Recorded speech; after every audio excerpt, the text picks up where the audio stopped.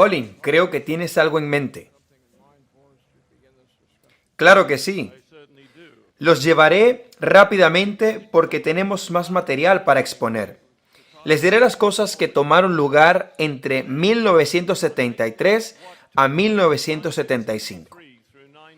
Este ha sido hasta este punto la última vez que el pueblo de Dios tuvo la oportunidad de experimentar un reavivamiento y reforma en la iglesia adventista del séptimo día. Fue el segundo intento de Dios en esta iglesia. 1888 fue la primera vez que hizo un gran esfuerzo para redirigir a su pueblo a un verdadero reavivamiento y reforma. Dios está ansioso porque eso ocurra. Recuerden que en aquel entonces el pueblo de Dios se apartó del mensaje precioso de Cristo, nuestra justicia, declarando que era antinomianismo, es decir, que la ley ya no era necesaria ni suficiente. Escuchen, hermanos y hermanas, nosotros no somos legalistas y tampoco somos antinomianistas, sino que colocamos juntos tanto la ley como el evangelio, enlazándolos juntos, como Dios lo hace en su palabra, y así fue como se presentó otra vez en 1973. Yo recién me había convertido en el presidente del Departamento de Psicología de la Universidad de la Unión de Columbia. Me emocionó saber que, por primera vez en mi vida, tendría el privilegio de asistir al menos a un buen número de sesiones del concilio anual de ese año, puesto que la Universidad de Columbia estaba bastante cerca de donde estaba la conferencia general. Y en cada rato libre de dar clases, estaba allí escuchando. No sé cómo describir esas sensaciones eléctricas que tuve al escuchar al pastor Pearson al hacer su gran llamado a un reavivamiento y reforma en la iglesia adventista del séptimo día. Realmente me inspiró y me elevó a unas alturas que nunca había experimentado en mi vida. Y pensé, tiene que haber un gran reavivamiento en la iglesia de Dios. Eso fue a principios de octubre de 1973. Estas palabras tuvieron una gran significancia en aquel tiempo. Leeré Salmo 85, versos 4 al 6. Escuchen atentamente. ¿Cuánto necesitamos que esto se cumpla hoy? Pero si Dios está dispuesto a cumplirlo en el terrible estado de nuestra iglesia, hoy, no sé cómo, pero lo va a hacer por su pueblo fiel. Salmo 85. Restáuranos, oh Dios, de nuestra salvación, y haz cesar tu ira sobre nosotros. ¿Estarás enojado contra nosotros para siempre? ¿Extenderás tu ira de generación en generación? ¿No volverás a darnos vida para que tu pueblo se regocije en ti? Muéstranos, oh Jehová, tu misericordia y danos tu salvación.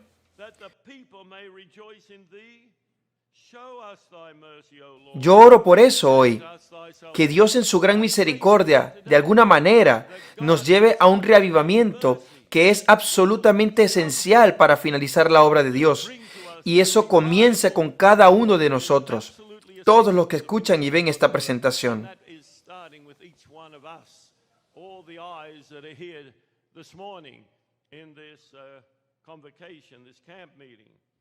Mensaje tras mensaje de los que fueron dados estaban basados en el mensaje de Cristo nuestra justicia. Pero pude sentir rápidamente que no todos los delegados en aquella reunión se sintieron inspirados por estos mensajes. Oh sí, hubo quienes sí fueron inspirados, los visitantes, pero no eran mayoría en comparación a los delegados que estaban allí presentes en la iglesia de Takoma Park, donde frecuentemente se hacía el concilio anual. Pero aún así, esa inspiración me llegó. Sabía que teníamos un presidente piadoso en la conferencia general, un hombre que Dios estaba usando. En el 74, era entonces presidente de la Universidad de la Unión de Columbia y por lo tanto me convertí automáticamente en delegado y miembro votante del concilio anual, que en ese año se realizó en la Universidad de Loma Linda, y tomé muy seriamente la responsabilidad y en múltiples de oportunidades estuve ante el micrófono para expresar la preocupación de mi corazón por las cosas que estaban ocurriendo en nuestra iglesia. Y el pastor Pearson nuevamente trajo este mensaje de reavivamiento. Eligió hombres de Dios para tener los devocionales matutinos, cuyo énfasis era ese mismo tema. Nunca olvidaré la presentación hecha por el pastor Frazee, el jefe de Wildwood en aquel entonces. El pastor Frazee dio una maravillosa presentación. Sin embargo, quedé en shock cuando el pastor de mi unión vino poco tiempo después a mí diciendo: ¿qué hace Pearson trayendo a ese rebelde para que nos hable? Yo le respondí: pastor, lo que dijo fue maravilloso. Su mensaje tocó mi corazón esta mañana. Él dijo: sí, pero él es un rebelde. Ahora, entiendan que yo tenía una muy buena relación con mi presidente de unión. Lo apreciaba mucho, pero les confieso que me tomó por sorpresa de que hubiera gente que tuviera esa clase de sentimientos sobre un hombre que era tan dedicado a Dios y que nos dio mensajes tan maravillosos sobre los principios de salvación, como lo hizo el pastor Frazee. Y si nunca has escuchado esas grabaciones, ya te digo que son clásicos sobre la verdadera salvación.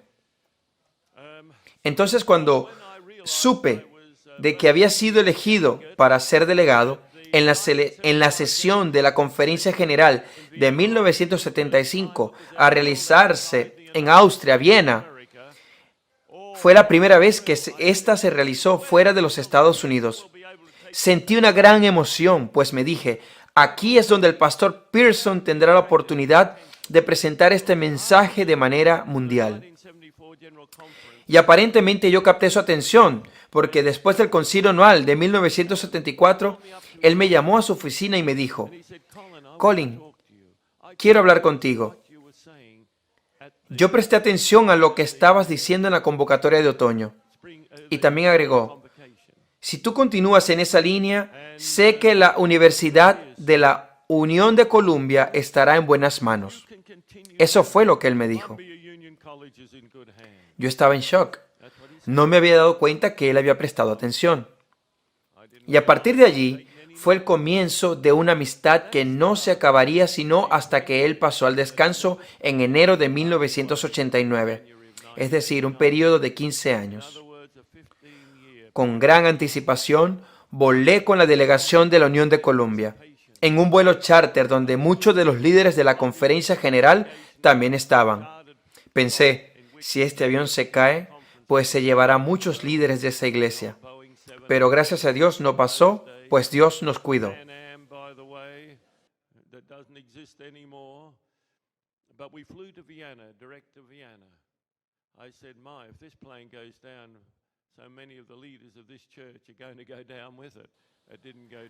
Pero rápidamente en esa sesión supe que el reavivamiento y reforma no tendrían lugar.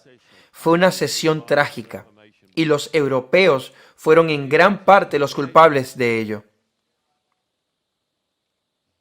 Me enfermé de tanto hablar con los delegados europeos, especialmente los delegados alemanes. Decían: nosotros no somos la iglesia americana. Les dije: escuchen, yo tampoco soy americano. La hermana White quizás era ciudadana americana. Eso no tiene nada que ver con el asunto del espíritu de profecía. El hecho es que Dios la eligió como su agente para presentarnos los hermosos mensajes que nos ayudarán en el camino al reino celestial. Pero puede que haya hablado con un hombre sordo que no podía oír una palabra. Ellos estaban determinados y desafortunadamente, o al menos se volvió un infortunio, cuando la primera edición del libro Elena de White en Europa se publicó, que el pastor D.A. Delafield cuidadosamente redactó sobre los 2 años que la hermana White vivió en Europa, esperando que fuese una bendición y que les ayudara a comprender y creer de manera completa en el espíritu de profecía. El artista que hizo la portada del libro colocó doble borde de amarillo a verde en la foto de Elena de White. Y los europeos dijeron: esto es idolatría, porque colocaron halos alrededor de la hermana White.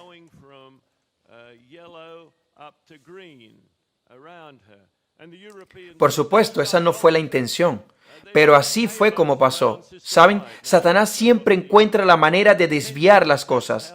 Así que fue como si no se hubiese escrito, porque los europeos fueron tan críticos sobre la portada del libro que estoy seguro que la mayoría tan siquiera llegó a abrirlos.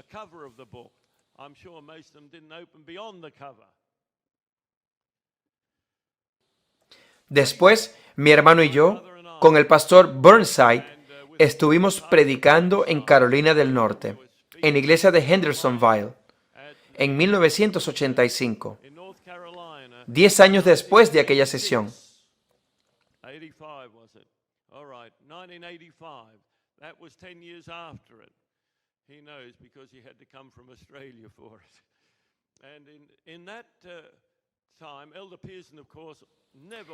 El pastor Pearson no se perdió ni una reunión de las que tuve por Carolina del Norte.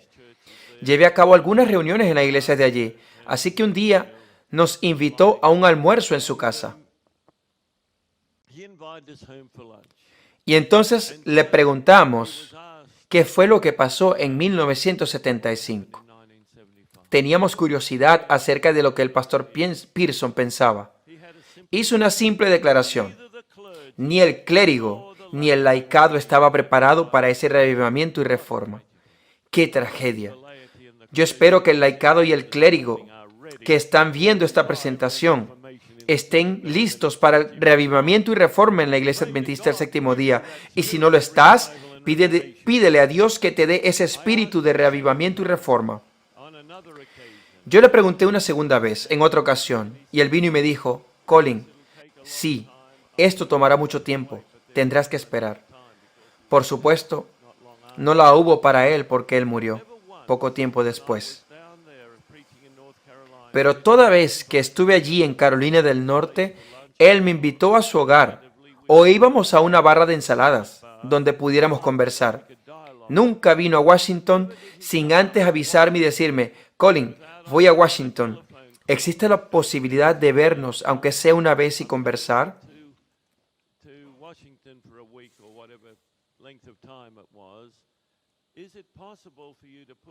Fueron tiempos preciosos. Por supuesto, siempre encontraba tiempo para eso. A veces venía 2 veces al año, por una semana o 10 días. Debo decirles que aprendí mucho sobre el pastor Pearson.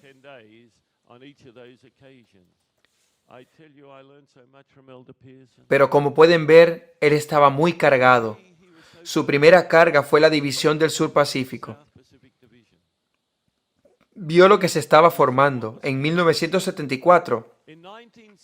En 1974, la revista Adventista publicó su magnífica edición especial sobre la justificación por la fe. ¿Alguno tiene una copia de eso? Si hay algún asunto que debiera ser reimpreso, debería ser ese, la justicia por la fe.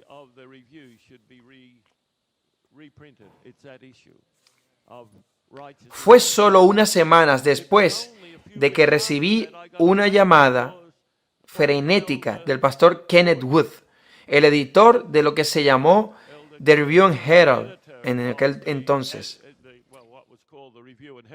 Me dijo, Colin, ¿puedes venir y pasar un par de horas con nosotros? Simplemente no podemos entender lo que está sucediendo en Australia. Claro que yo fui con ellos. Estaba Herbert Douglas, el doctor Herbert Douglas, en aquel entonces editor asociado de la Review and Herald, y yo llevé conmigo al doctor Blanco, mi decano académico. Los 4 nos sentamos juntos por 2 horas, conversando acerca de lo que estaba pasando en Australia. Él dijo, creo que conozco todos los sellos que se producen en Australia, dijo, pero me están bombardeando con cartas de odio por ese tema de la justicia por la fe. Dijo, casi todos vienen del Pacífico Sur. Y dijo que casi todos vienen de ministros y presidentes de conferencias. Eso fue en 1974. Eso es lo que ocurría en la división del Sur Pacífico. No es de extrañar el caos en el que están hoy. Bueno, nos adentramos a la situación. ¿Cómo podía actuar él? ¿Cómo podía manejarla? Le dije, por supuesto, no debes retractarte sobre este mensaje, Ken. Debes continuar publicando estos temas. No le prestes atención a la división australoasiática. Así era como se llamaban entonces. No les prestes atención. Publica el mensaje. Y él decidió hacerlo. Eso acabaría en casi siendo forzado a renunciar después de 6 años, pero lo hizo. Era un hombre de Dios. Él avanzó.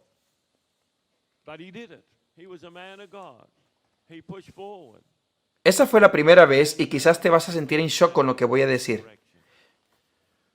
Fue la primera vez que pensé en la importancia de la naturaleza humana de Cristo.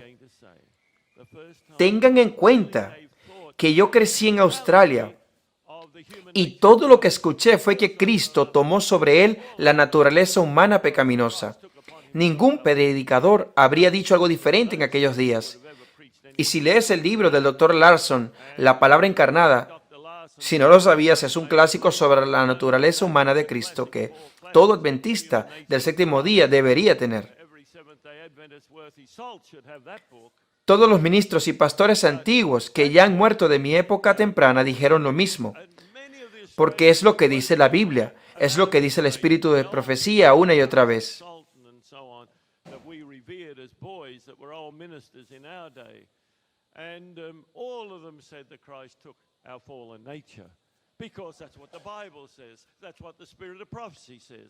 Así que hubo esfuerzos por avanzar en este tema importante. Y durante los diálogos con el pastor Ken, dijo, ¿saben? El verdadero asunto básico en la justicia por la fe es la naturaleza humana de Cristo. Es decir, que tomó nuestra naturaleza caída. Por supuesto, yo estaba de acuerdo con él, de que Cristo tomó nuestra naturaleza caída, porque con eso crecí. Nunca lo estudié, ¿saben? Cuando estamos en unísono con otras personas, tendemos a no estudiar las cosas. Así que, al regresar a casa con el doctor Jack Blanco, miré a Jack y le dije, mira Jack, sobre todo lo que Ken y Herb dijeron hoy, estoy de acuerdo. Pero no estoy seguro que la centralidad de la justicia por la fe está conectada con la naturaleza humana de Cristo. Pero también dije, he llegado a pensar que nunca lo he estudiado. Tuve el gran shock de mi vida. El doctor Blanco me miró y me dijo, yo tampoco. Y le dije, Jack, pero tú tienes 4 grados teológicos y nunca has estudiado quién fue Cristo. Tenía un bachillerato en teología, una licenciatura en teología, un máster en divinidad y un doctorado en teología. 4 grados en teología y nunca estudió quién era Jesús, al menos al respecto de su naturaleza humana. Le dije, escucha Jack, me comprometeré a estudiar cada momento disponible que tenga por mi propia cuenta. Así es que debemos actuar con cosas así. El doctor Blanco me dijo, yo me uno en el mismo compromiso. Me tomó 5 semanas en mi tiempo libre para investigar en la Biblia y el espíritu de profecía. Eventualmente, quedé absolutamente convencido de que lo que me dijo el pastor Wood era la verdad. ¿Cómo puedes tener el mensaje de Cristo, nuestra justicia, si ni siquiera sabes quién es Jesús? O si tienes una falsa perspectiva de quién es Jesús. ¿Cómo puede ser mi ejemplo o sustituto si no fue tentado en todo como lo somos nosotros, pero sin pecar? ¿Cómo podría no serlo? Y si tenía una naturaleza diferente de la mía, ¿cómo podría ser esa clase de ejemplo para mí?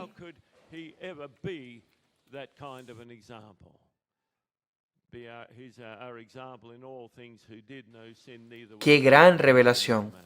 Recuerdo ese gran día. Fue un almuerzo en viernes. Terminé más o menos en la mañana.